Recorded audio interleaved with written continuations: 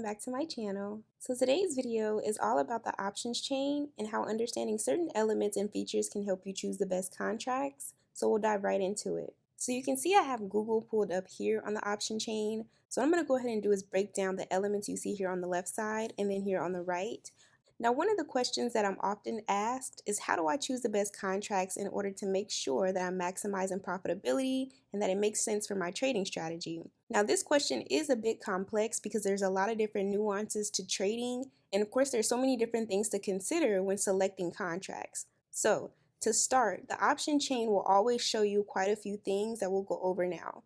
So right here, it's going to always show you the date, and then it's always going to show you the DTE. It's going to tell you if it's a part of the weeklies as well. So for example, here it says 25 April 25. This is going to tell you the exact day that this specific set of contracts will expire. So in this case, the very top one is April 25th. We're going to show you that it's 3 days of DTE left, meaning the days to expiration. So at the time of filming this video, these contracts only have 3 more days before they expire.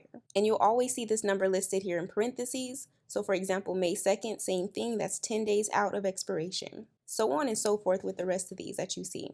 Now on the right side over here, you'll see these numbers represent the implied volatility, and you'll always see it as a percentage with the plus or minus in parentheses. Now what you'll notice as a common trend is that the higher the implied volatility, typically the lower the number is for the DTE. And then the opposite is also true. The lower numbers you see here for the implied volatility typically is going to show you the higher amount of DTE. And this is typical of any option chain that you look at. So the reason why this is important to keep in mind is that when there's shorter days of expiration that you have for these contracts, of course the volatility is much higher because again the stock market is more erratic because time does not slow down. But so we know since time does accelerate, when there's more time for the stocks to have room to breathe, of course there's opportunity for more stability, hence why the implied volatility is much lower. So that's just the first thing I wanted to discuss. So now let me go ahead and hit the drop down for these. And we'll start with the one for 3 days out of expiration, so April 25th. Okay, so generally when I offer explanations as to what the most important features are on the options chain, it is definitely going to be subjective to the trader, but I do feel like there are 5 main elements that are super imperative to have on your chart, and that's open interest, volume, delta, gamma, and theta. Now the bid and ask are standard because it'll be there. But these 5 elements here are primarily important because again, they're going to tell you some of the essential things you'll need. So let's start with open interest. Open interest is essentially how many open contracts are actually in the market for the specific weekly that you're looking at. Now this is also going to be dependent upon the strike price here. So you'll see that there's going to be different variables as far as the amount of open interest for all the strike prices listed. Now the reason why open interest is so important is that it does offer you the opportunity to understand how much momentum and how much projected activity is happening within the market at this specific time because all of these contracts are currently open. So it's always best practice to choose contracts that have a higher open interest. Now they don't have to be the highest open interest on the option chain, but it is a good idea to make sure you're combining that with the actual understanding of the volume as well. Now the volume is going to account for all open and closed contracts, meaning that the volume accounts for all open positions and closed positions. So that's the totality of the sum you'll see here for volume. Now the market is not currently open, so you'll see it as NA for right now. Now the other few features that I feel are important to have on your option chain again are the option Greeks. Primarily the delta, gamma, and theta are the main ones to consider. Now the reason why these Greeks are so important is that before you even decide to select a strike price or before you decide to look at the chart to understand which contract you feel is going to be best, these are going to dictate to you whether or not it'll be worth your time and money to invest in that specific contract. So let's start with the delta. So the delta tells you how much an options price moves when the stock price moves by $1. So if we're looking at calls, for example, let's just say we're looking at this 142 strike here at the top, we can see the delta is at a 0.73.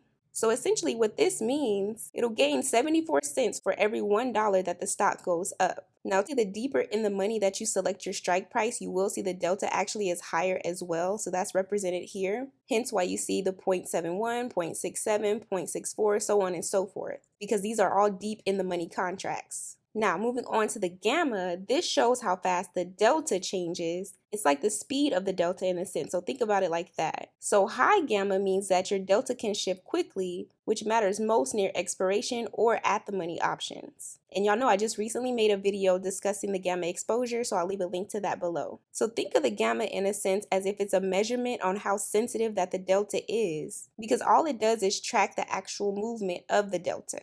Now, theta, on the other hand, this measures how much the value of the option loses each day, also known as the time decay. Now, one thing about the time decay is that it does not slow down when you're looking at stocks options. It's going to always accelerate the closer that you get to the days to expiration. So the lower this number is, typically you'll see the theta as a very high number. Now, these three option Greeks together help you understand how your option's position behaves over time and with the price movement. So it's definitely something you should never ignore. Now, the bid and the ask price, these are pretty standard. Of course, we know that the asking price is what the market is deciding that they want for the specific contract. The bid price is what you're willing to sell at. But it's totally your choice. Some people either bid and sell the ask. Some people buy the ask and sell the bid. It's your choice on that. Now, one of the main things I did want to discuss as it relates to the delta and the theta is another key mistake that I see new traders often make, and I'm often asked this question as well. Some people will say, hey, I actually placed a trade. However, I didn't make any money even though the trade went in my favor. And the first thing I ask people is, what is your delta and what was your theta when you selected your contract? And then once this realization is met, that's when people typically understand the importance of the delta and the theta. So let me give you an example. Currently, Google is trading for $147.67. So let's go ahead and take a look at the strike price that's at the money for the 147. If we were looking at the calls here, we see that the delta is at a 0.57 and we see that the theta is at a negative 0.73, meaning the delta is moving 57 cents per the $1 move and the theta is moving at a negative 0.73, so negative $73, well, in this case 72, it just jumped. So what this means is that you would stand to gain $57 if Google were to rise to $148. However, you would stand to lose $72 per day if you hold this contract overnight. So if you were swing trading this, you would actually lose $72. So why is this important? Well, the main reasoning is that you want to look at your profitability. Would it necessarily make sense to choose a contract that has a higher theta than it does delta, especially if you know you're going to swing trade? Or if you're getting closer and closer to expiration, this may not be the best choice of contract to choose simply because you're having the theta erode faster than you're actually gaining money with the delta. So I hope that makes sense. Basically what I'm saying is that you don't want to have the erosion of your contract be at a higher rate than the actual profitability of your contract. So that is one big mistake that you definitely want to avoid when you're selecting your premiums. So the main thing to keep in mind with this is that, again, the lower your DTE is, of course, you're going to see that there's going to be a higher acceleration of erosion of the contract's value.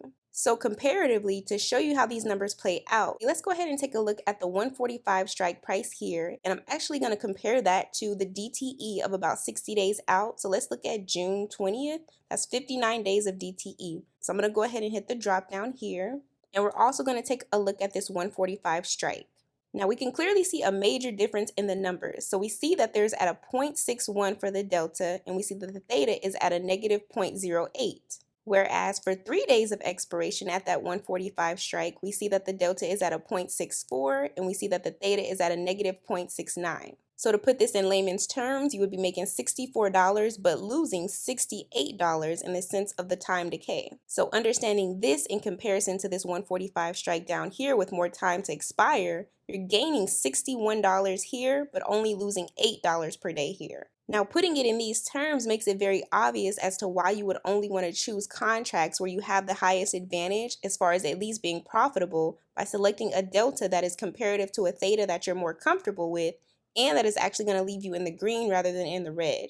However, something to not ignore is the fact that the bid and the ask price are going to be extremely different when you have higher DTE. So if we're looking at this 145 strike here for 3 days out, the asking price is only $650 for the contract. But looking at 59 days out, we can see that the asking price is $1,155 for the premium. So that's a major difference in the price that you're paying. So I mentioned that to say that it is extremely important to be very strategic when you're selecting these contracts. Now, there's so much more to consider as far as your expectations on what you want for the outcome, but I wanted to start with just this basic understanding of it. Now, I can make a separate video kind of going more in depth about this information, But again, I just wanted to provide this simple explanation on how you can choose the best contracts based upon understanding the Greeks and then also understanding the open interest and volume. You want to make sure these elements are on your side. That way you don't run the risk of losing money before you even enter into a play. Now, I also made a dedicated video talking about the at the money, in the money, and out the money strike prices. So in that video, I go into detail about the different techniques you can choose to decide what contract is going to make the most sense for you. I'll leave a link for that as well.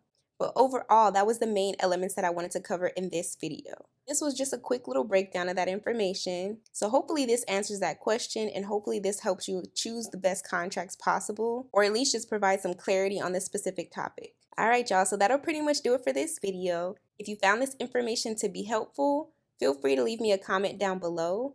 As always, I thank y'all so much for watching, and of course, I'll see y'all in my next one.